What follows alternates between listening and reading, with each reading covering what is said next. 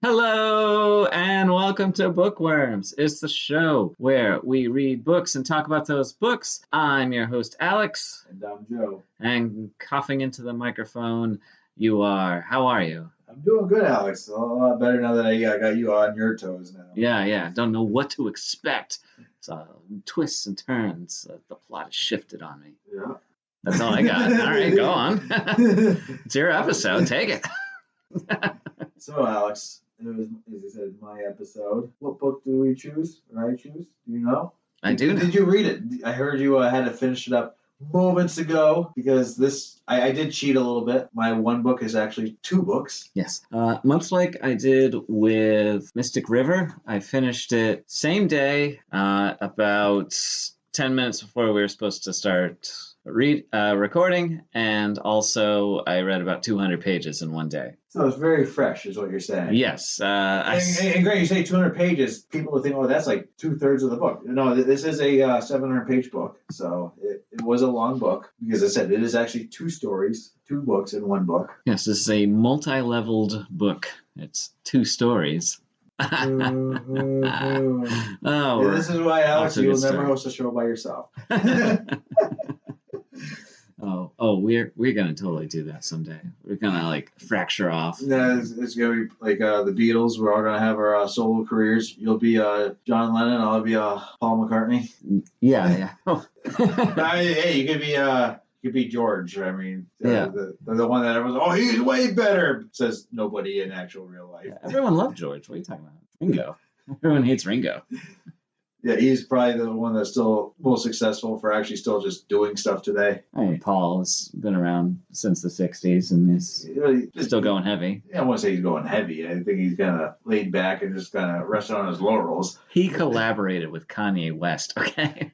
Yeah, I think he's regretting that one now.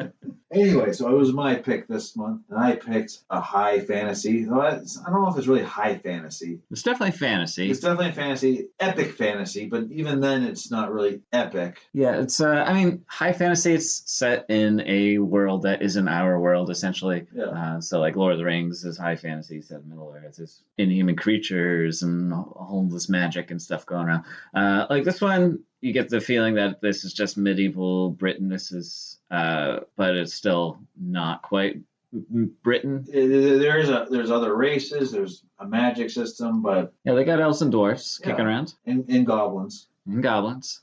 And a wizard with no hands.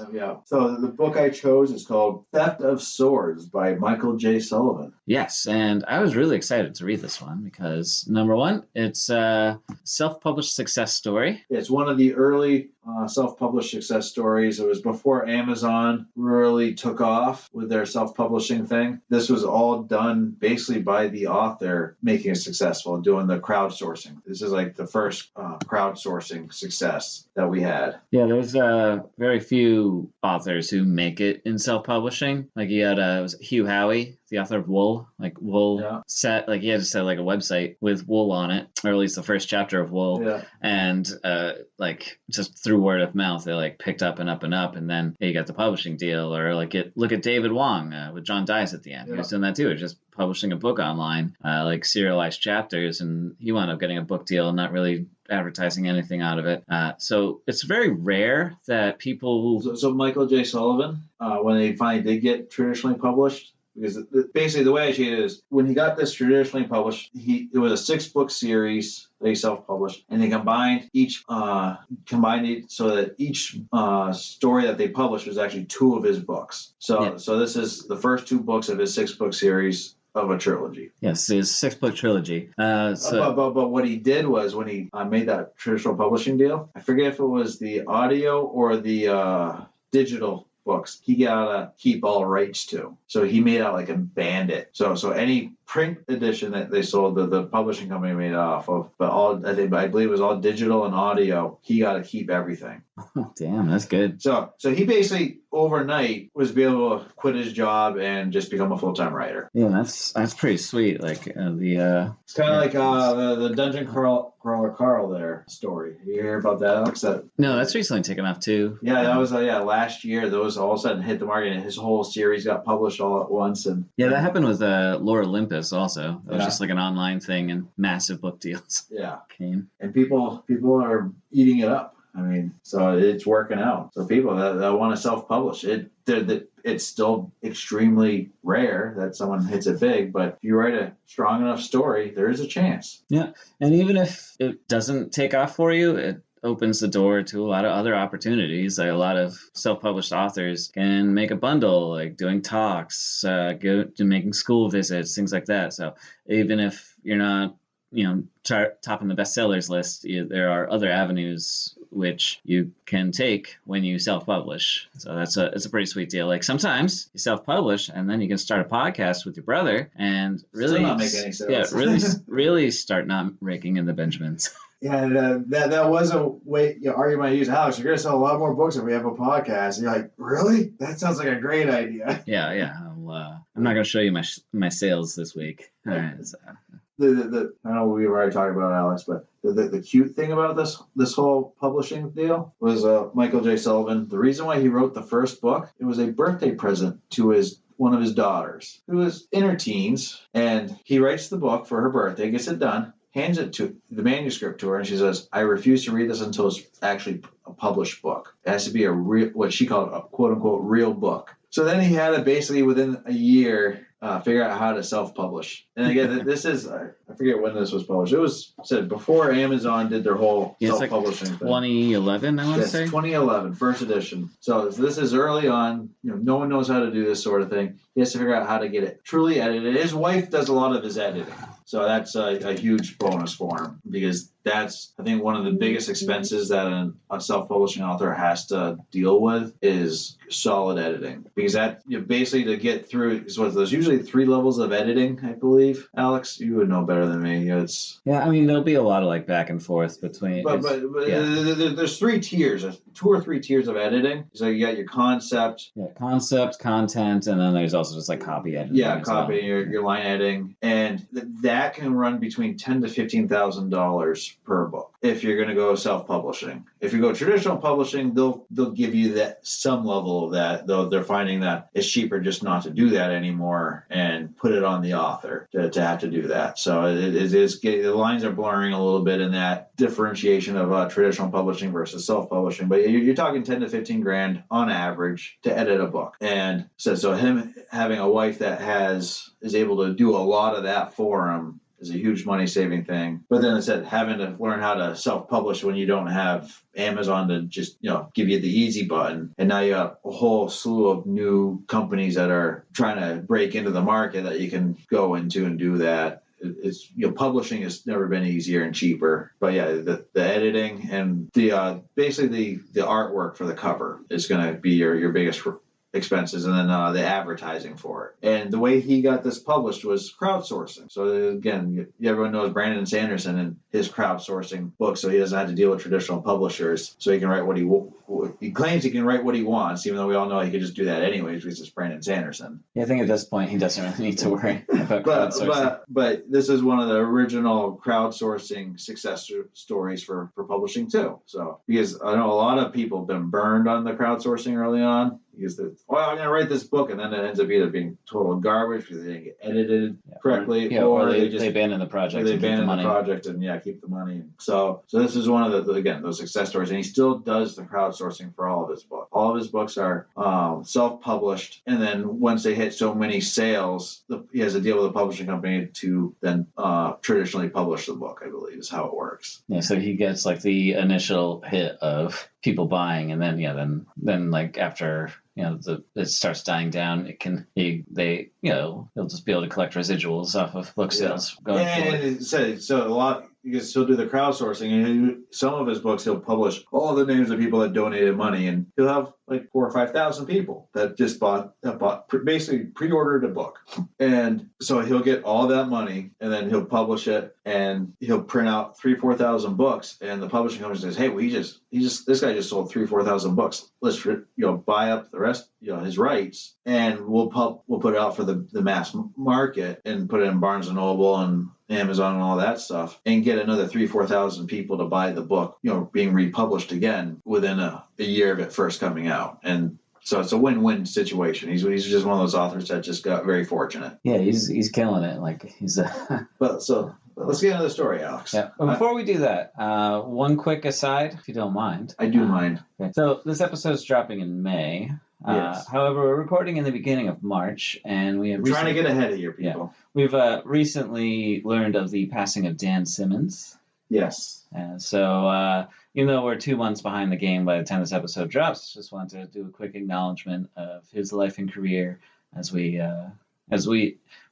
included him in our podcast, and it was. He's going to be a common feature in our podcast, I think, in the coming years. Absolutely. He was a phenomenal writer, and he's heavily inspirational to thousands of people. So just wanted to say a quick little acknowledgement to that. And for those of you that like reading my book reviews on Medium and Substack, I did have a recent recording posting of one of his last books. So definitely check that out. Yes, The Abominable, which I believe it is his last book. So yeah. The last one as of now. He might have a postmortem book coming out. Alex was mentioning earlier. Yeah, I was looking it up. Yeah, he hasn't published anything since 2015. Looks like he essentially retired, but it was he might have one more coming out. Who knows? One parting gift for the world. But yeah, I just wanted to say that, and it's, we're talking about this fantasy book, so I thought I could mention it in about one of our most prominent fantasy authors in the world. But so I'm going to read the back of the book we're covering now. Let's do it. All right. Since we've been missing it a bunch of times already. Hey, we got last week's or last month's. Last week's. If we do weekly episodes, oh boy. Alex won't be able to keep up on that. He has a hard enough time doing the book of the month thing, and let alone the bonus episodes. So remember, this theft of swords. They killed the king. They pinned it on the two men they chose poorly. Royce Melbourne, a skilled thief, and his mercenary partner, Hadrian Blackwater, make a profitable living carrying out dangerous assignments for conspiring nobles until they are hired to pilfer a famed sword. What appears to be just a simple job finds them framed for murder of the king and trapped in a conspiracy that uncovers a plot far greater than mere overthrow of a tiny kingdom. Can a self-serving thief and an idealistic swordman survive long enough to unravel the first part of an ancient mystery that has toppled kings and destroyed empires? And so begins a tale of treachery and adventure, sword fighting and magic, myth and legend. Hell yeah. And this series does actually meet all those promises, unlike other books we've covered. Yes. Yeah, sometimes they just lie to you in the back of the book. This one is about as consistent a read as you'll ever find. I kept telling Joe, like, this guy's a master of the basics. And, like, that sounds like faint praise, but it's actually incredibly high praise.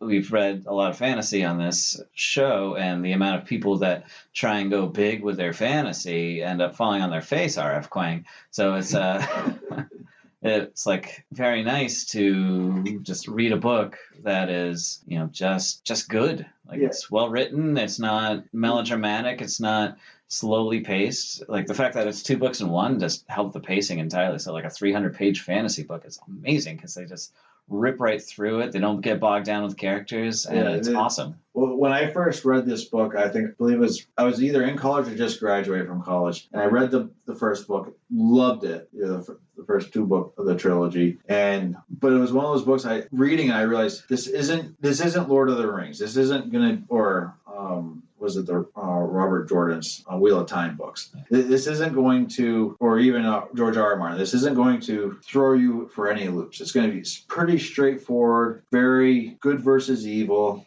almost simplistic, and very few plot twists that you're not going to see coming, but it's done solid. Yeah, the twists and turns, especially in the first book, the Crown Conspiracy section, like, I thought that was really well done. Just like unless you read the back of the book, it's like oh well, they go steal a sword, and all of a sudden the king's dead, and they're on the run, and they're blamed. He's like, you don't know at first who did it. Like, they have the obvious red herring of the king's daughter, but like and then like there's a whole deeper lore underneath that he's not really talking about. He's hinting at it with like the corrupt church and everything, but yeah, it's just so well done. We're not going to go heavy in the play-by-play because we'll be here for hours, because it's getting 700 pages here between 2 books. Yeah. But we'll give you a quick overview of each book and then just kind of give you the in-depth feelings on the characters and the writing and all that stuff. Yeah, like what stuck out to us. Yeah, so book one, remember what it's called, Alex? Yeah, the Crown Conspiracy. Crown Conspiracy. Basically, as the back of the book is covered, you have these two thieves, an actual thief and then a swordsman that are partners. They get hired to do a job last minute. They're unsure they want to do it, but Hadrian, the swordsman, says, I want to do it anyway. So they basically get set up. They sneak into the castle, go into the altar where the king has been murdered. They come out and the guards are like, hey, the king is dead. These people just killed him. And man ensues. They get captured. The prince, who's about to be crowned king, Ulrich, condemns him to death, but his sister breaks him free and has them kidnap the prince. Yeah, kidnap the prince and also instructs them to go to a hidden prison. Yeah, a hidden prison that nobody knows about it except for those who already know where it is, and meet the wizard Esarhaddon. So through adventure and misadventure, they travel down a river, almost get assassinated a few times. Yeah, they meet you start seeing like some of the corruption in the kingdom when they meet they want to stop at a monastery. Yeah, they stop at a monastery, but it's been burned to the ground, and it's just one surviving monk. And it's like they hear like, oh, the hospitality of monks, they'll take us in. They show up and it's like a dark, rainy night, and he, like the monk who greets them, he gives them a bed and some of the worst food they've ever had. And, in a basement. Yeah, in a basement. And so they're like, oh, we're gonna go complain to the manager, yada yada. And then they find out that the place was burned down. He's the last surviving monk. Yeah, and he just gave them the last of his food. Yeah, last of his food. And his bed. Yeah, he has like 3 potatoes left in his bed. So, and he slept outside in the cold rain so that they could have even just a modicum of comfort. So, but yeah. And he also has an eidetic memory. He had memorized every book in the monastery that got burned down. He remembered where every stone was laid and how it was mortared in. He also likes horses way too much. Yes, he has a fetish for horses. What was that guy's name again? I don't remember. Yeah, it doesn't matter. It doesn't matter. He doesn't appear in the second book. But he'll come back in later books. Okay. Anyways, they bring him along, even though he's never left the monastery. We also find out he is the third son of a noble who they had stolen a bunch of letters from that come into later, because they had stolen some letters that were supposedly of the noble's daughter having a love affair with essentially a rebel, but it was actually a code for fighting against the church. Got very complex quick once you started getting into the whole thing. Yeah. But anyways, but he was the third son of this noble, so they were using his monastery as a way to exchange letters, even though the third son had no clue what was going on, because he's just a simple fellow. Yeah, it's kind of funny. Like while this is all going on, like Ulrich, he's been kidnapped by Royce and Hadrian, and like there's this whole thing where he, like this whole humorous bit where he's like, oh, so they set you free.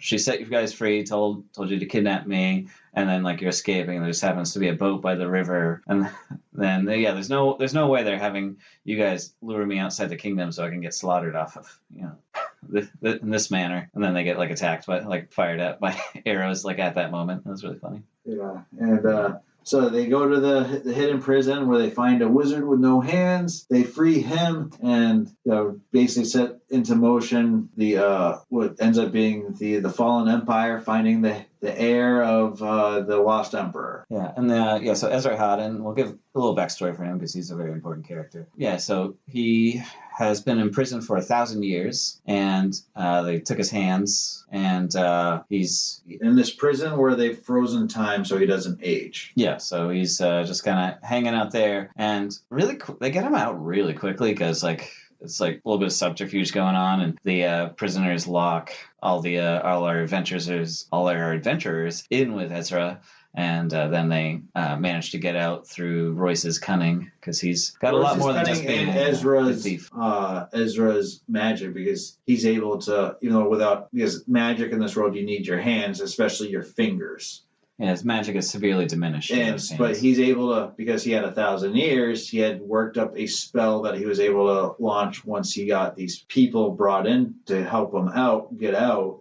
He's able to alter the way that time works within the prison, so his guards all of a sudden are frozen in time even more so than they are. So like they're in this prison for several days. They think they're in this, but by the time they get out, it's only been like an hour since when they went in. Yeah, and he's a funny character too, because he's like talking in this like old English speak the entire time, and then they're like, "Why don't you just talk normal like us?" And he's like starts making fun of them because they sound so stupid to him. But yeah, so they break him out. He basically just says, "Screw you guys, I'm off on my own adventure now. Bye." And they're like, hey, "What do you mean? We just broke you free. You owe us something." And he basically tells them who is the murderer of the king. Yeah, because he just like he doesn't even use magic to decipher it. He's just like, so you're saying you guys were in a locked room and then you open the door and then all of a sudden a dwarf was screaming murder, murder, murder. So the dwarf obviously killed him. Yeah. And they're like, oh yeah, that makes sense. And like that's how it happened. There's no. Yeah, it was pretty. He's like, you guys are a bunch of idiots because that was pretty obvious. Yeah. So they had to go back to the kingdom now, but on their way back, the prince finds some thugs that are claiming to be the royal guard, and he goes with them. They try to assassinate him once they get him away from prying eyes, but Hadrian's like, we gotta help him. Yeah, we promised to help him, and Royce is like, God, fine. Quick little character thing. Royce is almost entirely, at least on the outside, motivated by money, whereas Hadrian has this like do-good streak to like offset the the thieving and the killing that he does. He sometimes will help people for no reason. So like even though they just perform their service and they're not getting paid now, he still feels this urge to help Ulrich. Yeah, so they help him. They get the townspeople to help him. They slaughter all the thugs and they bring him back to the castle themselves. Yeah. Well, there's they stop off at Count Pickering's place. Oh yeah, the Pickering's place. Yeah. So the Pickerings are world-renowned swordsmen, and they basically form an army to retake the castle, I guess. Yeah, so Count Pickering, he was actually the person who Royce and Hadrian were hired to steal his sword originally. But, yes. Because so they actually had stolen his sword before. And in the meantime, what's the sister's name? Arista. Princess Arista, who had helped Royce and Hadrian escape. That red herring is quickly stripped away as we learn who really orchestrated the king's death, which we're pulling a full Hamlet here. Guess who it was? It was Cousin Percy. Yeah, Cousin Percy. Gosh, there's so many names. Percy Braga. So many names. I have like a list of names I'm looking at here. Percy Braga, who's also an experienced swordsman. He's like bragging about how many awards he's won for his swordsmanship. Yeah, basically the war in that world. There's been very little war, so it's down to basically medieval jousting and sword fighting competitions. And so you have the Pickerings, who have one of the remaining Teshlar techniques of sword fighting, which is supposedly unbeatable. Or it was three techniques out of the 5. And they notice Hadrian is familiar with that fighting, including the 2 that were supposedly lost. Yeah, so there's way more to Royce and Hadrian than meets the eye, that they, especially in the first book. So yeah, like Hadrian is more than just an expert swordsman. He is like the best swordsman in the world. And but he's also a nobody, and they're all the nobles like, who are you? Yeah, and Royce is way better at picking locks than any rogue should be. Like he is an absolute master of that craft. Yeah. And he seems to be able to get, like with the prison break, he's able to escape from this top secret prison that held a powerful wizard for 1,000 years, and he's able to get out. And he's broken out of several other prisons that are supposedly unbreakable also. And they're like, that shouldn't have been possible. Basically, any Alcatraz you give him, he's out in a matter of minutes, kind of thing. But anyway, so there's a big battle. A tower comes down, and the thieves. What's their little band called? Riyria? Yeah, Riyria. Riyria saves the day, and they're awarded a boon of whatever they want. Yeah, so they basically, Ulrich, he exonerates them from any previous wrongdoings, gives them some money, and they go their separate ways. He wants to appoint them as like the king's royal guard because they kept him safe the entire time he was out there. That was like one of his promises, like, get me through this and I'll make you yada yada royal guard. They kind of just come and go though as they please beyond that. But so basically what it sets up is they now have a kingdom of safety that they can set up base, and they're gonna have royal backing of if they ever get into trouble. Because Ulrich is now king.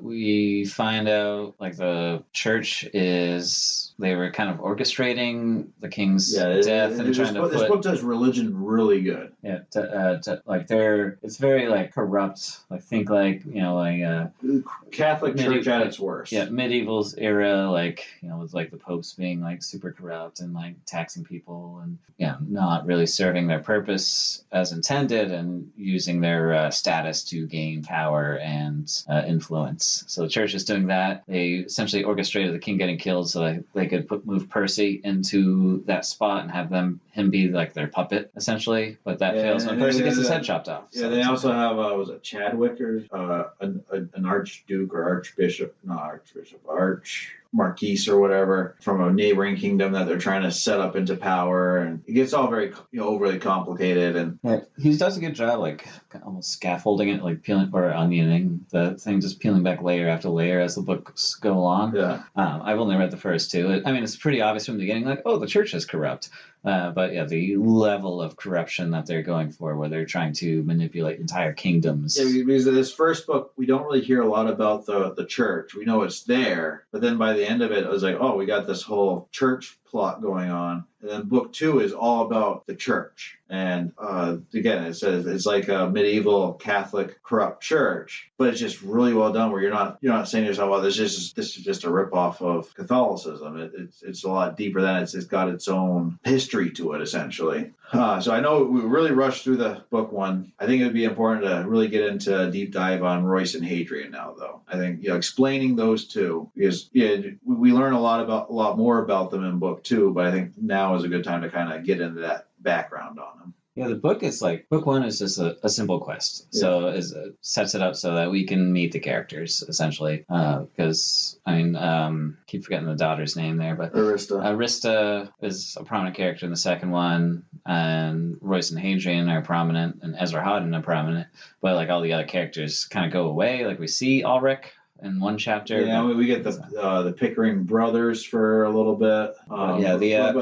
So Royce, as we said, is the thief. He came from the Black Diamond gang, broke out of all these prisons, and hates dwarves, and he's part elf. We find out it's hinted at book 1, but it's told to us in book 2. Yeah, he's able to get into an elven castle, and that has magical wars that keep everyone else out. So he is essentially basically Hadrian and Royce are kind of Mary Sue in that they're just too perfect all the time. Royce for all of his murdering intent, because he doesn't mind killing people by any stretch of the imagination. Even he's good at heart. He'll slice your throat, but it's because there was something you did wrong, or it was for a serious profit. It's not. He at the end of the second book, he extends mercy to Magnus the dwarf who killed the king, because Magnus helped Hadrian survive the battle with the monster and everything. So he's not. They're not, even though they appear black and white. They're not black and white. There's lots of shades of gray, but they're definitely good. As we said, Hadrian is this master swordsman, and we get a little bit more background of him in the second book, where we find out that he was basically a commander of a company of mercenaries. He did a lot of battling in this far southeastern land, and he's a son of a blacksmith who made weapons. And so, we spoil this stuff all the time. I'm going to spoil this now. So the church, we find out in book 2, is looking for the heir of the old empire, which is all these small kingdoms have broken apart after the emperor was assassinated and his family was spirited away. And it's this big thing between who is guilty of the falling of the empire, the church or the wizard, Ezra. Ezra was imprisoned for the death of the king. Yeah, the death of the emperor. Death of the emperor, yeah. And so we find out that the child emperor, the emperor's son, was spirited away by the Templars of warriors who were his personal bodyguards. And the church is claiming they're trying to find the heir so that they can bring back prosperity and empire. Alex, who do you think out of the cast of characters you've met in book 1 and book 2 is going to be the emperor? I guess it would make sense that it's Hadrian. You never know. Really? Hadrian. Is that your final choice? Going once, going twice? It could also be... So! I said it could be either one, but I'm pretty sure it's Hadrian, because Royce is revealed as half elf. So it's Royce. It is Royce? It is Royce. Okay. Because we find out the emperor was elvish. Oh, okay. And he was actually the emperor that got assassinated was actually part elf, but the first emperor of the empire was full elvish, married a human woman, and the elvish bloodline got watered down. Because as we find out that a lot of elves in this world are actually half-breeds or, very watered down. And so like Royce, you can't tell he's elvish, but he's got all these signs that you know because he can see in the dark. He can hear better than anyone else. He's got all these just weird talents. Hadrian, what do you think he is then? Oh boy, if he's not the heir? Yeah. He could be anything then. His family line is the Teshlar warriors. Okay. So his dad, who was a blacksmith, was a Teshlar warrior and passed on all the 5 Teshlar techniques, and they had passed down. And so what we find out by book 6 in book 3 there, or compilation 3, all of this was set up for them to actually meet because they got separated over the hundreds or dozens of generations. But basically Ezra from prison was able to kind of view it, and a few of the academics from the college that Arista went to were able to piece things together and say, hey, I think these guys are supposed to be together because they're of royal noble blood. And they said, just seeing, Hadrian fight and Royce's, because he's basically a street rat. But they see like, hey, there's something different about this kid because he's far and above everything else. And he's got, we find out that they're wearing amulets that keep the church from being able to track them, but certain people can who know the whatever secret spell can track them. So they're like, hey, we got this way to kind of pin it on them. That kind of explains why they mention the amulet right at the end of the book too. It's like you've been wearing this and we've never really mentioned it. It's like, oh yeah, my dad gave it to me. Yeah. It's like that's a weird way to end the book, but okay. Yeah, so everything is tied together. Because I thought maybe it was Ulrich and Arista were actually the emperor's offspring, and the way they were set up in book 1 and then brought back in book 2 of the first compilation here. They stay, especially Arista stays very prominent throughout the whole thing. Let's get into the plot of book 2. It's book 2, Avon Partha. Yeah. So Avon Partha, we find out, is an elven tower in a waterfall. Yes. But we start off with Royce and Hadrian as 2 years after the events of the first book, and they've tracked down the person who originally hired them to steal the sword, who wound up just being like a down-on-his-luck sailor. They're going to kill him for revenge, but then it's revealed he's adopted an elvish child, and he's like raising her so they spare his life. Yeah, he's raising her as his own daughter, and basically treating her as equal. And that's kind of the first hint of Royce has a thing for elves, and we were like, oh, you must be elvish because he cares way too much for these this group of people, even if they are just downtrodden. But for someone that cares only about money, supposedly, he is willing to kill a lot of people for just insulting a group of people. Yeah. So shortly after that, we actually meet some of Royce's old consorts from the gang that he used to roll with, and the Black Diamonds. They threaten him, and then they say, oh, by the way, there's this girl asking for you by name. Looks like a ragamuffin. Go to her and get out of our city before we have to kill all of you. Yeah, and so they go and meet Thrace. They save her from being assaulted. And then she tells which automatically puts her in Hadrian's ballpark of, well, we got to do the good deed. Yeah. But she also convinces Royce to come back with her, even though there's no money involved, but because she intrigues him with we need you to steal a sword. So both, it's after the name book, Theft of Swords, because they're stealing multiple swords here. Yeah, both books are centered around them stealing swords. But basically, she says it's this elven tower that the sword is in, and there's a beast guarding it. Yeah, it's they don't give it away right away that they think it's a beast that's stalking the village of Dahlgren, where Thrace is from. It's killed her entire family except for her father, and they wanna get rid of it. So they ride down to Dahlgren. Yeah, and meanwhile we go back to Arista, and thinks she's being married off to some crinkly old noble, but really her brother's making her ambassador to one of the northern kingdoms, and she has to travel with the church to deal with this kingdom who's very sexist and wants nothing to do with her. Yeah, but that's where we meet Salder. Yeah, we kind of skipped over the part of the first book with her because she was going to get burned as a witch after she found out Percy killed her father. Which she technically is a witch. She is a low-level wizard. Yeah, she studied with Ezra while he was in prison, so she knows a little bit of magic. So she went to a university, and through the university, she was able to discover Ezra, who then, it wasn't clear if she ever went to the prison. It kind of sounded like she did, but other times it didn't. But she was at least able to talk to him through visions. Yes. And he was able to school her in very basic magic. Yes, and like he can only teach her so much because he doesn't have hands to do the. Yeah, he's doing it from a distance. Yeah, it's picture your favorite Zoom class during COVID. That's basically what they were doing. Pretty much, and remember, this was in 2011 before Zoom was a thing. So they Skyped in, But anyway, so she's going, and she got this new handmaid that very clearly is. No, who she says she is clearly a spy from the church. Yeah, and she's like desperately trying to convince Arista to just get married. Yeah, and so they're traveling. They have a bad meeting with the king that they're supposed to be meeting with, where she's basically dismissed outright. And then they go to this town where there's going to be a big competition to name the heir of the new empire. Yes, they all go to Dahlgren. And like Hadrian and Royce, they've been in Dahlgren already. They met up with Ezra. They met Thrace's father, who's basically, since he's lost his entire family, he's got just like a suicide quest. He wants to. Even though he still has his daughter, he's blames her for the slaughter of the rest of the family, his wife, his son, and his son's wife and infants, because she left the house when the beast was flying, and she brought the beast to their home. So he blames her, and he wants to die. But we find out that this sword is a magic sword where this beast can only be killed by this sword. Yeah, a little Deus Ex Machina, but yeah, it's the sword is inside Avanpartha, so they have to find their way in there and get the sword, slay the beast. So Royce is spending days trying to figure out how to get in, because this is giant tower in the middle of a waterfall, and they can't find a way to get to it. The waterfall is too powerful to actually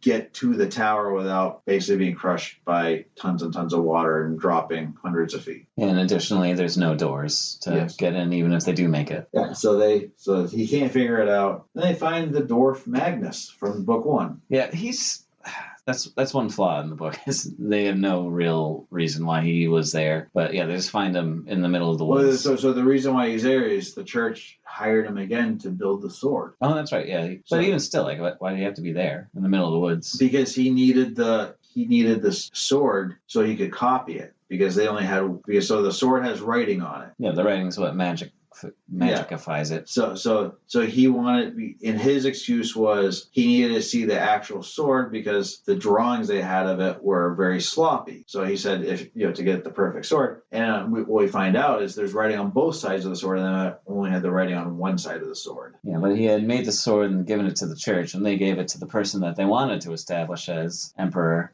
and it didn't go well. Yeah, it didn't go well. So basically, it's a dragon that's not a dragon. Yeah, it's a Galerabrin. That's what it's called, which is unique to this book. You won't find Galerabrin anywhere else. And it's actually, so there are 3 sets of prequels to this set of stories, and they actually get into the detail on how these creatures are made. And the one that they actually kill in this book is the one that they create in one of the other books. Oh, really? To defeat the elven army so that humans can rule the world. Yeah, and it's basically they're manifested through magic, and you have to commit a massive sacrifice in order to conjure it. Yeah. To conjure, basically, you had to kill something that you love, the thing you love most. Yeah, so remember Thanos and Infinity War. Yeah. So again, this was written before that, so no wonder where they got it from. But anyway, so they had to get this sword. Eventually, the dwarf knows how to get in, but he can't get in there because you have to swim under the river. Yeah, he finds the path under the river to get there. And so Royce is able to get them in. They get to the tower, and Ezra's like, Royce, you have to invite us in. Yeah, like, what do you mean? Speak friend and enter situation. Yeah, and it's like, only elves can enter the tower, but if an elf invites a human in, we can come in. So he invites them all in. Ezra wanders off. He disappears doing his own mission because he's there for something else. We don't really ever get why. Yeah. He's very secretive. Yeah, and Royce goes up to the top of the tower where the not dragon lives and finds the broken sword. That's Galarian. It has it's a very smart creature. It's dragon-esque. It's basically just a dragon. Yeah. But it's a magical dragon. It's a magic created dragon. Because they say there's real dragons in the world and they're nothing like this. They're actual creatures where this is a magic construct. Basically, if you read the prequels, it is a human that was sacrificed to destroy the elves. So this guy, basically, he was already kind of going crazy because he wanted to marry the emperor's wife, or soon-to-be wife, because she wasn't the wife yet. She sacrifices him because they actually do love each other, but he is needed to win the war for the humans. Otherwise, the humans are going to get wiped out. Yeah, and so he's been around for thousands of years with unable to create new memories, and it's just like, I gotta save the woman of my dreams. Yeah. Well, speaking of women of our dreams, while we talk about high fantasy, like nerding out right now, remember that like Joe is in fact married. Women like him. It's strange. Whoa, I don't understand why this had to get brought up, Alex. I don't know. I'm just making nerd jokes. But yeah, so Royce finds half the sword. Yeah, and he determines that the Galarian is sleeping on the other half of the sword. So he brings the half a sword down. The Galarian freaks out because it realizes the sword was stolen. Starts destroying the village wholesale. Yeah, and it kidnaps Thrace and Arista. And it's destroying all the competition for the becoming emperor. And yeah, all the knights get absolutely demolished. Even the guy with the fake forged sword. Yeah. He goes to stab it, does nothing, and then he goes. Yeah, it literally can't penetrate him. And so they make a deal with the Not Dragon, saying, "Hey, we'll give you back your half a sword if you bring back the girls." Well, Thrace is able to find the other half of the sword, grab it, and she escapes, or does Arista escape? So the Galarian takes them as a hostage exchange. But one of them escapes. Scenario. Remember, one escapes and he keeps the other one. Yeah, I think Arista escapes. So, but Thrace has the sword on her, the other half of the sword on her. Yeah, and the dragon says, they give him the hilt back, and he says, I can't let you live, even if no, they don't give half my name. They don't give the hilt back. They give a fake because they have to make another fake. Right. Yeah, because Magnus makes a fake, but he says, "I can't let you live because you know half my name." Yeah, and they give the real half of the sword to Thrace's father. Yeah, and Thrace's father dies because Hadrian's about to get killed because he's jumping all over the dragon trying to blind it with his swords. So Thrace's dad is he's kind of got a recall to life. He's rediscovered his purpose. He wants to save Thrace. So he stabs the Not Dragon, Geralbrith, with his half the sword, causing the dragon severe pain, but he gets killed in the process. Thrace goes suicidal, saying, my poor father. Takes her half the sword, not realizing what it is. Yeah, her entire family's dead at this point. Yeah, so and stabs the Not Dragon. And in a flash of pure white, magnesium magic, the thing disappears and is killed. And the church happens to be, it had fled, and they're coming back, and they realize, this little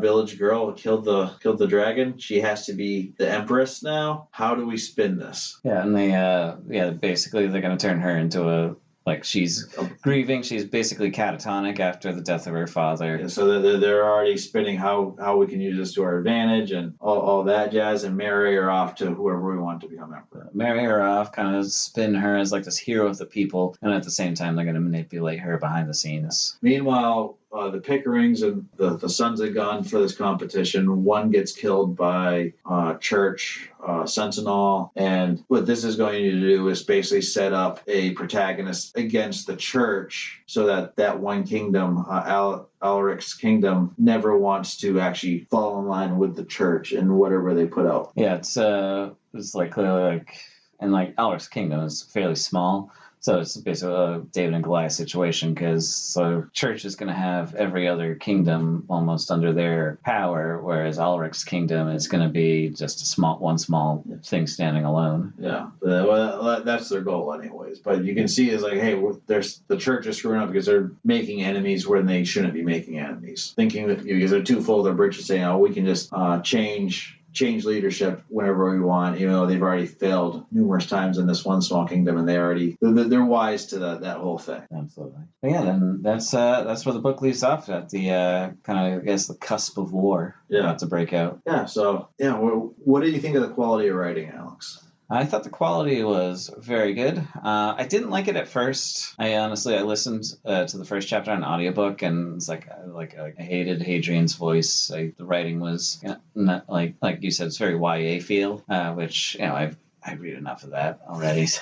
But as it went along, it didn't take long for it to get really good. Around the time the king gets killed and you start seeing all the twists and turns, this is actually very smartly written, and there's a lot going on rather than just, a regular old, hero's quest. And there's going to be, the 19-year-old protagonist with something to prove is going to second guess all their thoughts the entire time. No, they're actually they make decisions, live with consequences, and, fight their way through life rather than just being paralyzed by choice. And it breaks away from that YA feel really quick, and the writing is incredibly strong for that. Like I said, it masters the basics with plotting and pace. It holds your hand, but it doesn't tell you how to think. I think it's the best way to describe it. Is that the holding your hand is the YA side of it, where it's hey, we're not going to overcomplicate things. It's going to be an easy read, vocabulary-wise. Yeah, get ready for the character to appear on the page and tell you exactly how they feel. Yeah, but at the same time, it's not going to, what a lot of YAs now do. They can't, there's no nuance. They have to tell you exactly what's going on. There's no room for you to come up with your own theories, where this book allows you to think for yourself. So you know what Hadrian thinks, but it's not being beaten over your head with it. And there's there's enough twists and turns where you don't know who to trust at all times. And so, it's very smart. You got to pay attention, and you can't just glaze through 5 pages and then expect to be able to follow along. It's 700 pages, and it's just packed with action and adventure, and it's really sweet. Who's your favorite character so far? Honestly, I think Royce is probably my favorite at this point. I like Ezrahad and Hadrian as well, but I like Royce, I think, the most. I think my favorite is Arista. I think she's underutilized throughout the whole series. I think she could have been a stronger character, but the first book, I really liked her. And even the second book, I thought they kind of backtracked on her from being this burgeoning aristocratic powerhouse back to just being told what to do and think. Yeah, it's weird because, she's found herself in this position of power, but at the end, she's really kind of reversed, almost like the damsel in distress when she gets kidnapped by the monster. And she did the whole ambassador storyline. She's kind of uncovering the corruption in other churches, and it's more there to reveal just some of the background of what's happening in other kingdoms and their treatment of Ulrich's kingdom versus her actually having her own unique voice and storyline. Yeah, so but I think book 1, she was definitely my favorite character. Yeah, she's great in book 1. She's a great character. Yeah. And as I said, I think she keeps fading further and further into the background as the series goes along, which is unfortunate. I think she had strong potential. Yeah, I feel like the chapters focused on her felt more like padding of the story because she really didn't need to be there. Yeah, honestly, even when she reunites with Royce and Hadrian, it's not this big deal. It's just another person that got rescued. I thought they were setting her up to be, again, this is before the whole romantasy thing came through, but a potential love interest to Hadrian, because we find out that Royce is madly in love with this, I guess, lack of a better term, prostitute. Yeah. But she runs her own brothel, and she's a very successful businesswoman. She's a madam, is what you call her. Yeah. She's from one of the different nations, so she's very exotic. But you get very, from the get go. Okay, this is Royce's love interest. Hadrian is the ladies' man who's just a big player, but he's okay, well, if he's really going to be this noble mega warrior who needs to pass down his bloodline, who's going to be the interest for that? And you got 2 different nobles. You have Arista and then the Pickering's sister, the sister out of their family. And it's okay, is it going to be one of those 2? And then I forget where it kind of just, that whole thing dissipates and we don't get the romance of it. Yeah, and it's kind of unfortunate because you do need an Arista character, because otherwise it's just brofest all the way through. Not saying it's awful, but it's you definitely want, I guess, having a central female character does help the story. So it's kind of unfortunate she was very prominent in the first book and then just became filler in the second almost. Yeah. But I guess otherwise, Hadrian definitely, he's just that lovable kind of character where you're just like, oh, who's a good puppy kind of thing. Yeah, he's your golden retriever. Yeah, he's gonna do dangerous things for no money just because he thinks it's the right thing to do. The one weakness I saw with him was how easily he was goaded into showing off his sword skills. And it's like you're trying to keep a low profile, then you do all these mad sword skills against the best swordsman in the world and make them look stupid. Yeah, the only person he didn't humiliate was Percy in the first book. And that was on purpose. Yeah, it's funny. He was joking with Pickering was like, I saw how well you fight. Why didn't you kill him? It's like, that guy had 20 awards for his swordsmanship.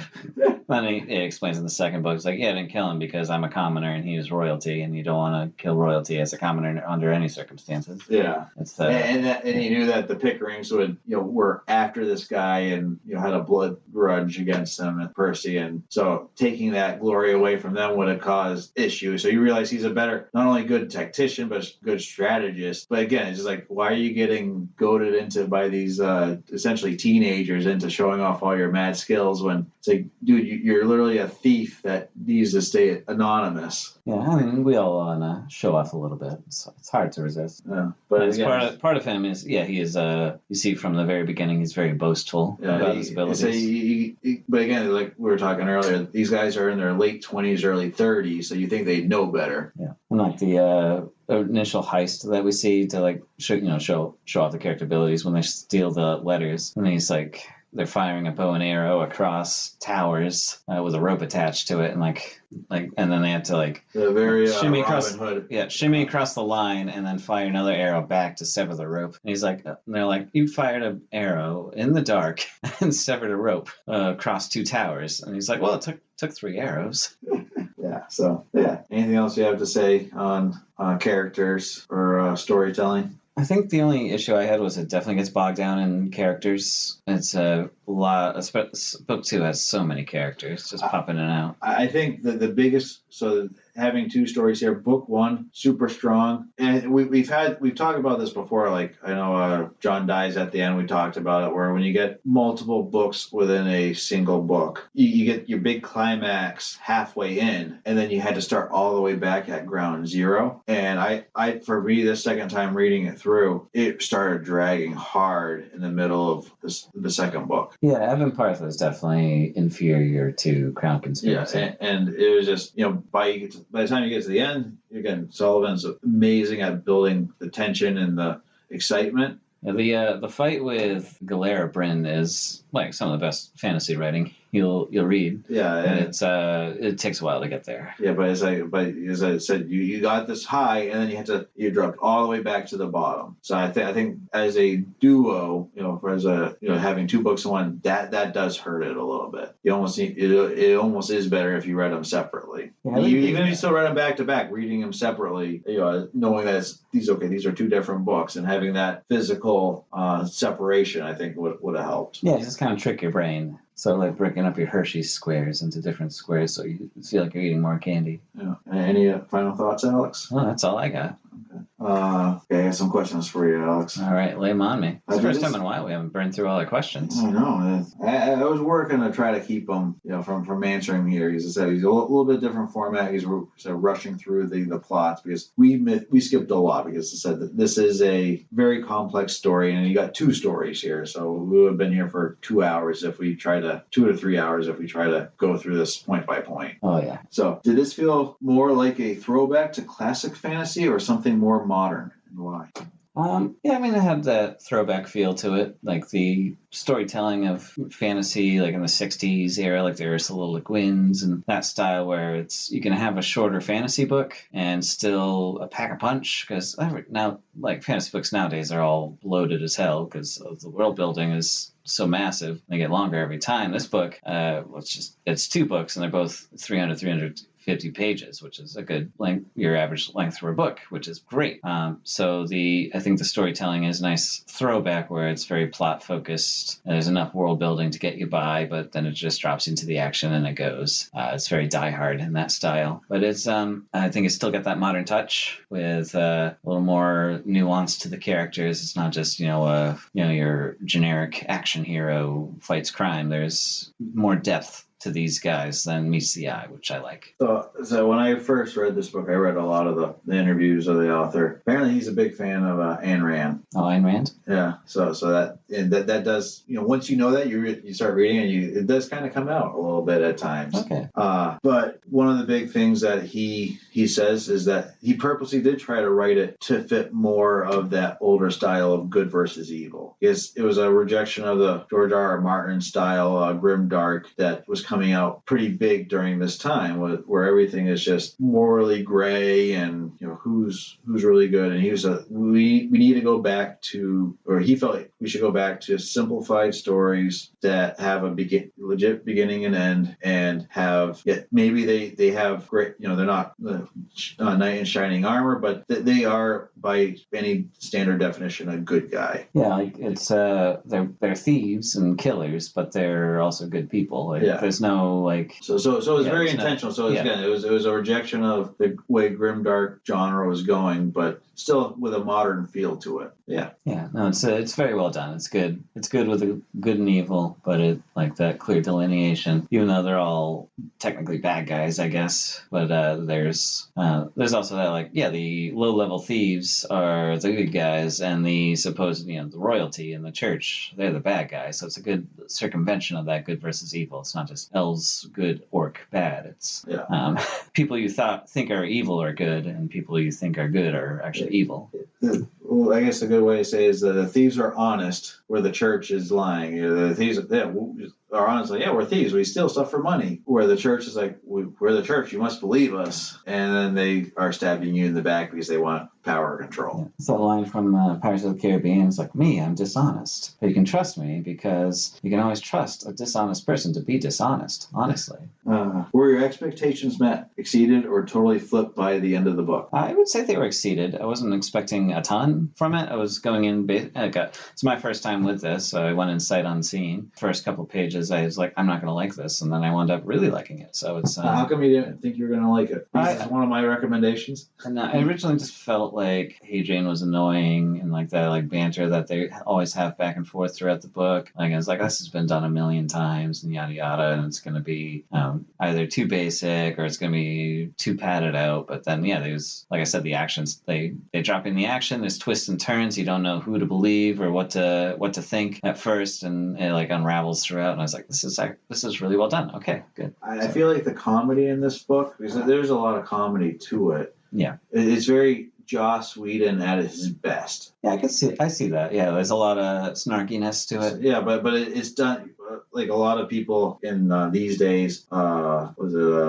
James Gunn? When he tries to do it, it just comes off bad because the timing is always off. And James Gunn has his own sense of humor that he should stick with, but he tries to be Joss Whedon sometimes. Yeah, but if you look at Joss Whedon at his best, which we're talking like Firefly or mid Buffy type stuff, or even his the first Avengers movie, he's able to have the moments when you need tense or sadness or whatever going, but then when that tension and sadness needs to be broken, he has that timing to say, okay, let's throw in that snarky comment, that funny line that's going to break that tension and bring you back. Where I feel like this book, Sullivan does a very good job of that, where they're not saying inappropriate things at the wrong time. It's not like Royce and Hadrian are in the middle of fighting the Golberar and then they're throwing out these snarky comments. So no, it is serious because this thing will kill you in an instant. So we are totally focused. They kill the thing. They get that moment of, oh, thank God we're still alive. Let's look around. Yeah, okay, everyone's still here that needs to be here. Hey, who wants a cheeseburger kind of thing. Yeah, exactly. Which it feels more realistic. I don't know if you've spent a lot of time around like firefighters or cops or soldiers or anything like that, Alex, but that black humor that they have to get through those very difficult moments. Well, this isn't black humor in this book. It has that same feeling of, hey, hey, we just went through something really emotionally heavy or physically heavy. Let's roll it back a little bit so that our mental capacity can handle what we just dealt with. Yeah, a lot of times, like when you deal with heavy things, you want to joke about it because it makes it more manageable. Yeah, but I said they're not doing it in the moment. It's after the fact. Yeah, they handle their shit and then they to help process it. Yeah, so I said I think that's where a lot of modern writing and modern film gets it wrong.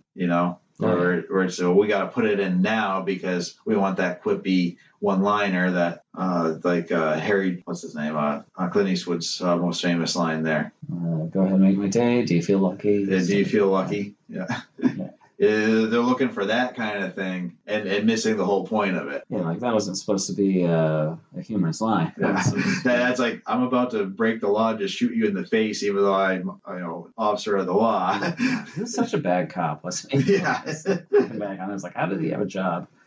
So he's because pointing a gun at a dude with Alex. He's pointing a gun at a dude with a hostage. He says, "Go ahead, make my day." They did try too hard sometimes in that series to give him taglines. Yeah, but Deadpool is like, he's reading a fortune cookie. He's like, it says here, "You're shit out of luck." I don't know if that's gonna stick.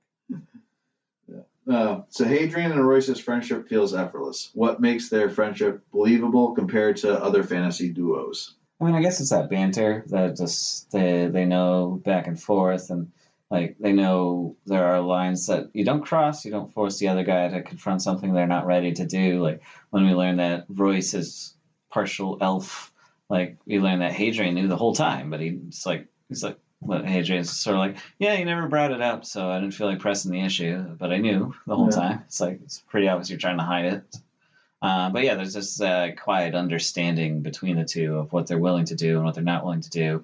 And Royce never, like, even though he gives Hadrian a hard time whenever Hadrian goes Boy Scout and tries to do the good thing, like, he plays along with it, but he never says no. Like, he still helps his friend. I wrote down here, they both recognize the other one's talents and appreciate their own shortcomings. And they're very... The whole is not really a true thing about opposites attract, but Royce realizes there's a lot of things he just can't do that if he wants to be a successful thief, he needs Hadrian to keep him within certain lines. Otherwise, he's just as evil as the gang that he used to work for, assassinating people. Or there's situations he just can't get through because he needs the muscle. Where Hadrian realizes, hey, I can't, doing the whole soldier of fortune thing was a terrible time because you're fighting for these terrible people doing, committing atrocities. And, working with this guy, I can pick and choose my jobs. And when we were able to, we can do good deeds for whoever needs it. Which as we see in these two cases, Hadrian keeps getting them in trouble because he takes jobs that clearly they shouldn't be taking, but it's for a good cause, or at least he thinks it is. So I say you get that play off with those things. Yeah, absolutely. And yeah, it's just just fun that way. Mm-hmm. There's no like, oh, they're not friends anymore, and then by the end of the book they're friends again. It never plays that card. I don't know if it does in the future books, but I think they pretty much just stay friends the whole time. Nice. The prequel series, so there's 3 prequel series. You have the formation of the Empire, the rise and fall of the Empire, and then you have the story of Hadrian and Royce before this series. And that last one I mentioned, you do get, when they first meet each other, how much they hate each other. It's kind of like, you ever watch Bones? Yeah. How much Booth and Bones hate each other when they first meet each other. It's that mutual, like, Bones like, you're too stupid. Booth is like, you have no clue about the real world. Yeah, along those lines. Yeah, it's along those lines. The two of them have that dynamic and that almost that exact style of story of. Then they're married by the end. Pretty much, yeah. Okay. Making babies. Did the twists feel earned, or did any catch you off guard in a good or bad way? Were they unbelievable or hardly there? Oh no, they felt earned. I think that's something I kept saying while we were talking about the plot. It's like, yeah, it's very well done. It's peeling back layers. It's kind of things coming out of nowhere, and yeah, just you don't know what to believe. It keeps you guessing, keeps you interested, and keeps you reading. So the twists are very well done. If this were made into a TV series, what tone would work best? A gritty or lighthearted or somewhere in between type story, what actors would be perfect for the show? Boy. You mentioned Joss Whedon, something along those lines. Just, there's a lot of serious moments, but there's also some snarkiness and humor. So you want Joss Whedon directing, is what you're saying? Yeah, I mean, I don't know if I want Joss Whedon directing. I hear he's hard to work with, to put it diplomatically, but I think he's hard to. I feel like out of all the evils to work with, he's probably the least of the evils, and he does a good product. I think his intentions. Yeah, the fact that he said the amount of actors from his entire career that have come out and said awful, how awful he is. It's not to get sidetracked on Joss Whedon, but yeah, it's sounds like he's probably not going to get too many jobs in the future. But. No, usually they say how awful he is to work with, but at the same time, but the guy's a genius. yeah, he's made multiple hit TV shows, and he's directed huge movies. But I would say, but something along the tone, like a Joss Whedon show, like a Buffy or a Firefly, something along those lines would be great. Yeah, Firefly would be like a kind of a good kind of comparison. I get where that's a sci-fi space cowboy thing, but I could see that kind of show being a good framework for this book series if they ever wanted to make it into a show. Yeah. As far as actors go, if it was a TV show, I don't know who I would cast. Who would be Hadrian? Okay, I guess, how do you picture Hadrian? I mean, I think they're both kind of none of the ones particularly toned or muscular. I know they'll have they'll both be jacked with six packs, but no, they're like thieves. They're going to be your everyman characters. They're supposed to blend in so they don't get picked out in a crowd and things like that. So you want that kind of an everyman actor. I don't know why I'm thinking Timothy Chalamet at the moment, but maybe him for Royce, because he's someone along those lines, just a skinnier guy who's. So I know you get the picture of what they look like on the book cover, but when I picture Royce in my head, I'm thinking a guy 5'5", 5'6", max height, and not scrawny but very lean. And we're in the picture here. They show him shorter than Hadrian, but he's kind of hunched, and it's I picture him way smaller. Where I see Hadrian as the 6'2" to 6'5". Yeah, the guy in the front kind of looks like Stephen Amell from Arrow. Yeah, he does. Yeah, so maybe one of those things. I know he's in his 40s now, but someone in that family would be cool. Yeah, but so I see Hadrian. Like you said, he's not necessarily jacked, but he's lean muscle. Where he's clearly been a sword fighter and a warrior all of his days, but maybe doesn't get enough meals to really bulk out per se, because he's living paycheck to paycheck essentially for most of his life. Yeah. So I think just skinnier guys who are they're athletic but not jacked, I guess. If that makes sense. Okay. Of course, I went with Stephen Amell, who's absolutely jacked, but it's whatever. Well, Arista, who would play her? Arista, ooh, that's a good one.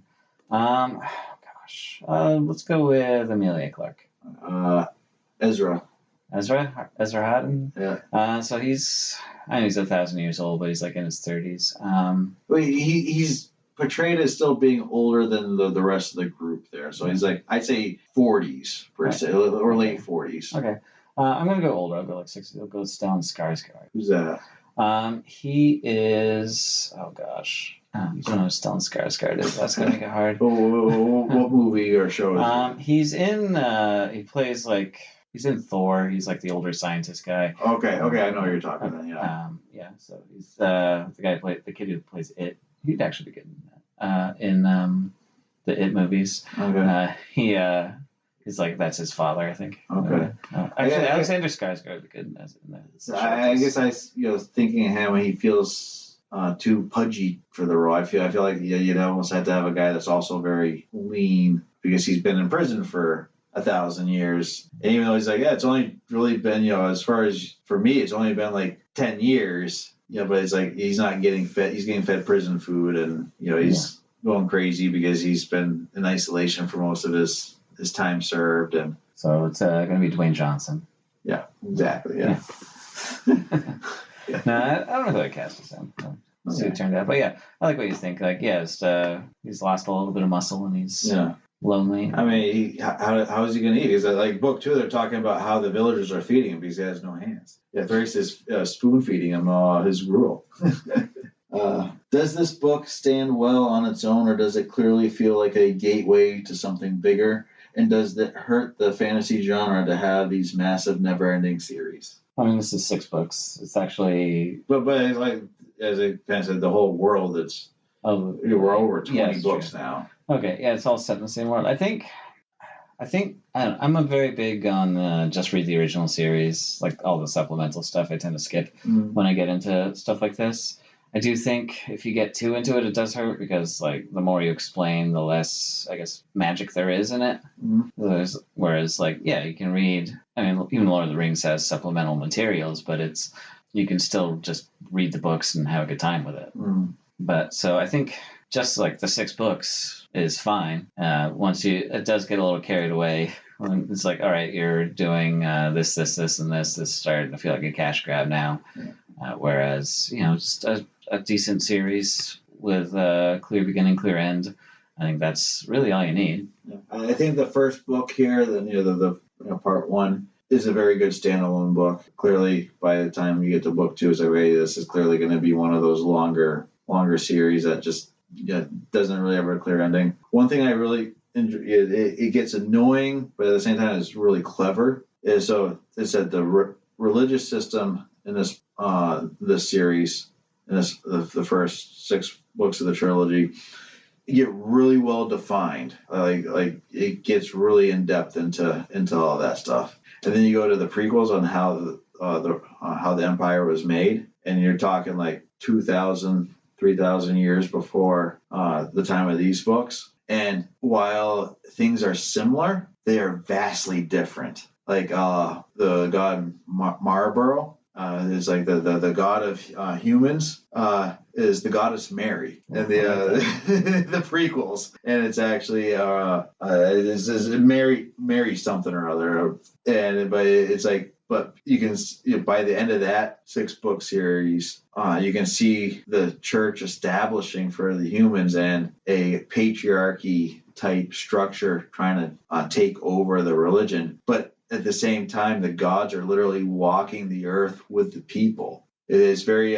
Greek, has a Greek myth feel to it, where the gods are direct hands into the affairs of humans and elves. Okay. And so it's just the way they do it is, like I said, you read this original books, and you go to these prequels, and like, that's not how it happens in this book. That's not what they said in this book. But then you get into it, it's like, oh yeah, I see what he's doing here. He's saying, humans are fallible, and we're talking thousands of years difference in time. Things change, stories change, they evolve, and depending on who has control of the narrative and what their purpose of controlling the narrative is, it can greatly change the story, even if it's still the same basic outline of what actually happened. So you find out that, this whole empire thing was more an accident than this God ordained thing. And the alliance between the emperor and the empress, I forget the emperor's name, but the empress is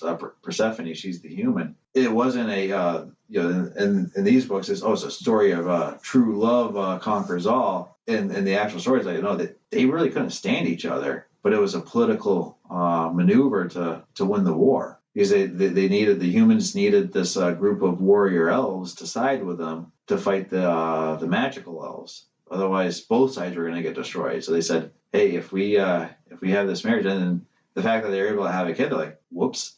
How'd that happen? That's not supposed to work between species.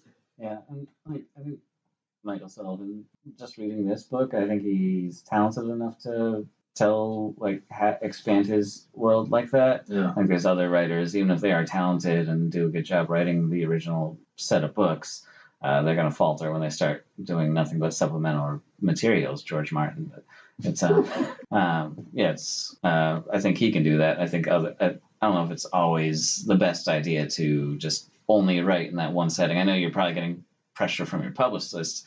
You're like, hey, these books are outselling your standalones. Yeah, Michael J. Sullivan has one standalone book, and it was a time travel book, a murder mystery type thing. And I really liked it. And he sent out a poll shortly after he published it saying, hey, should I make this into a series too? And I'm like, I put in in Mortal Kombat, do not do that. And if anything, you should write more standalone books. And he hasn't since then. He's just stuck to this world, which I enjoy it. But at the same time, it's like, let's break out of here and do something new that's going to be different than a epic fantasy world.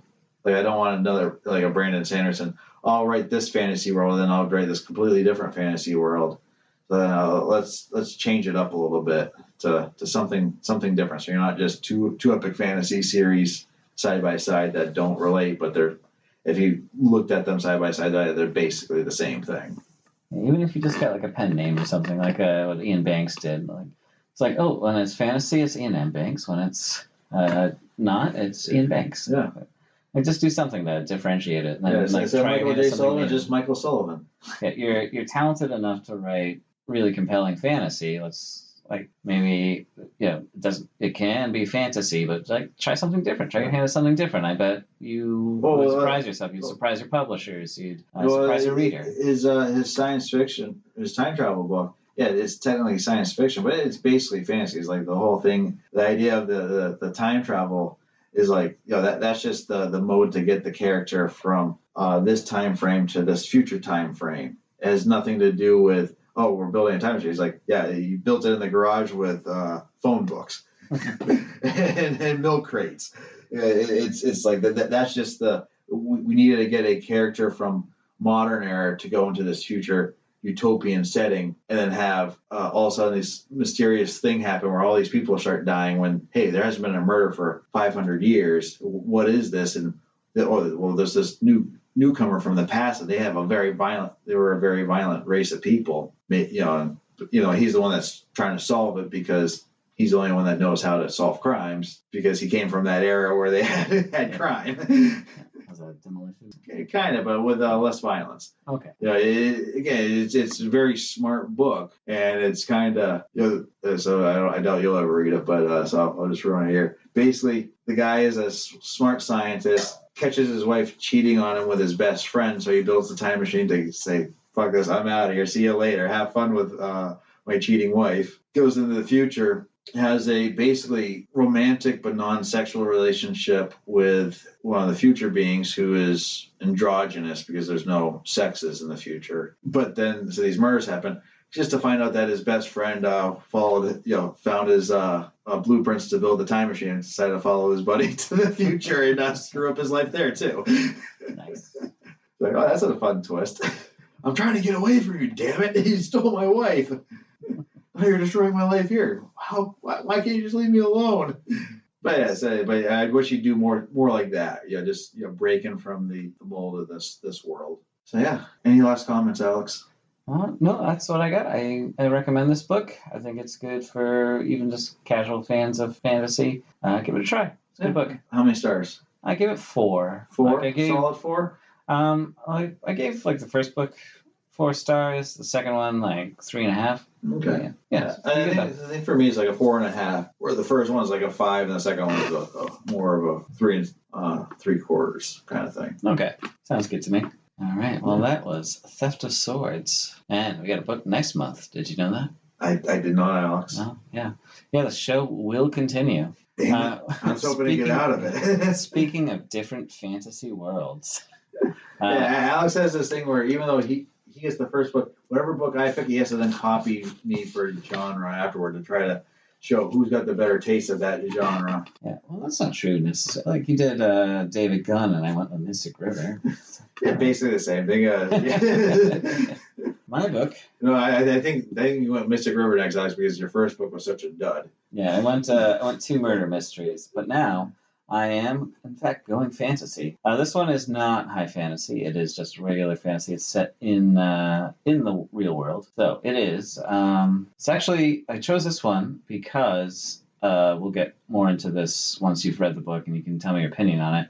This book was a 2022 Hugo Award nominee. Guess what book won the Hugo that year? Some Desperate Glory. Yes. All right, so this book is The Adventures of Amina Al-Sirafi by Shannon Chakraborty. So Joe is going to have fun trying to pronounce a lot of different Middle Eastern names. We will laugh at him and call him a bigot. Pretty much. To entice Joe, I'm going to read the call out on the front of the book. Chakraborty's storytelling is fantasy at its best. You know who that's quoting? Who? R.F. Kuang. Oh boy. Am I gonna like this book, Alex? I think you will. I heard it the first time I listened to it on an audiobook, and I was comparing it to Xena Warrior Princess. I think that's a fair comparison. Okay. Yes. The Adventures of Amina Al-Sirafi. Tune in next month. We'll deep dive into it. It's quite the book. Yeah, I'm looking forward to it, Alex. I think. Excellent. Are you going to be able to finish it in a timely manner? I think so. Okay. Yes. So 1 to 2 months. Okay, I will start it next month then, and hope that you are close to finishing. And I'm already 50 pages in. Oh, Jesus Christ! How many pages is it? 400 something. Okay, so you got a while to go. Yeah, 400 something. 400 something like that. So yeah, that is our show for today. If you want to stay informed, please subscribe. We do post the 5th of every month, the book of the month for that one. And then we do a bonus episode on the 20th of the month where we just pick a random book and just throw it at you. Yeah, sometimes we don't. Yeah. It says sometimes we don't even do a book. Like last month we did a movie. And so yeah, that is the best way. We're on all the major podcast apps. We're on YouTube, audio only. So definitely check us out there if that's where your thing. On Spotify, Apple. Rate us, leave comments. We do read all your comments, even on YouTube. We'll read those comments. We enjoy them. A little bit of feedback we've gotten. Alex has some books for sale. Yeah, we got The Destroyer, Paul Plimpton vs. Ragnarok. You can also check me out on Medium, talking about supplemental materials. We're not there yet, Alex. We're not there yet. Just hold your horses. So excited for Medium. We're going to have a quick discussion for that in a moment. Okay. If you want to get a hold of us personally, we have an email or KendallBookworms@gmail.com. I will get back to you. If you have any recommendations, we're also on Instagram @KendallBookworms. Check us out there and email us there if you want to. So we're looking for bonus episode materials. If you're an author, if you just have an idea of a book we should check out, we love recommendations. A few that we've gotten over the past couple of seasons, top notch. Which is your favorite recommendation so far, Alex? Greatest Things Since Sliced Bread. Greatest Things Since Sliced Bread. I Excellent totally book. Well, you had that, and then the Tom Felton one was a dud. But we also did. We got a lot of mileage out of Tom Felton. Yeah, we did get a lot of mileage out of him. We'll get some more too. Okay. But Fear and Loathing in Las Vegas was a fan recommendation too. So yeah, so definitely gotten some good recommendations. We're looking for more. Medium. Alex has joined Medium. We have a little bit of a competition going here. Whoever gets 100 reads on one of their articles, the other brother has to read that book review. Alex, you're coming close on 2 books for me. Folks, if you go onto Joe Kendall on Medium, look up my book reviews for Between Two Fires by, I can't think of the guy's name, but we'll look up for that book, or the Ian Banks Complicity book. Alex will have to read both those books, and we'll do a bonus episode. Alex, I know we're only a month or 2 into it. How are you doing on your Medium? Well, I mean, it's slow to start, but it's fresh, it's new. I'm going to keep adding to it. It takes a long time to build it up. I have not gotten a lot of traffic yet, but I know that we will. So I'm fairly safe at the moment, is what you're saying. Yes. It was only, it's early March. It was only announced a few weeks ago on the show, and I haven't done a lot of advertising and personally. Which you won't do, so yeah. Well, I'm not too worried about that. Yeah, I'll start linking accounts and making it work. Yeah, so you'll be able to find that stuff in our link tree on Instagram. I do believe there's a few other links in the description for that stuff. I do have a Substack also, or you can find us on Goodreads, where I post all my reviews on there also, and on Storygraph. If you want to follow or friend me on that, I would appreciate it. Also, I do a little bit of pushing my own materials. I commented on one of your Medium posts that you announced on Facebook, and I linked to my Medium on that. Yeah, I don't think you got any traffic from that, Alex. I totally did. Did you block me? But yeah, so check that stuff out. See, what else we got, Alex? Anything? Everything? I think we got it all. Okay. Yeah, we've been going for a while now, so we've got so much. You've got so much editing ahead of you. I hate that. My own fault for picking a 2-in-1 book. Oh yeah. Well, tune in next time for the Adventures of Amina Al-Sirafi. We hope you enjoyed Theft of Swords, Until next time, I'm Alex. And I'm Joe. And this has been Bookworms. Out.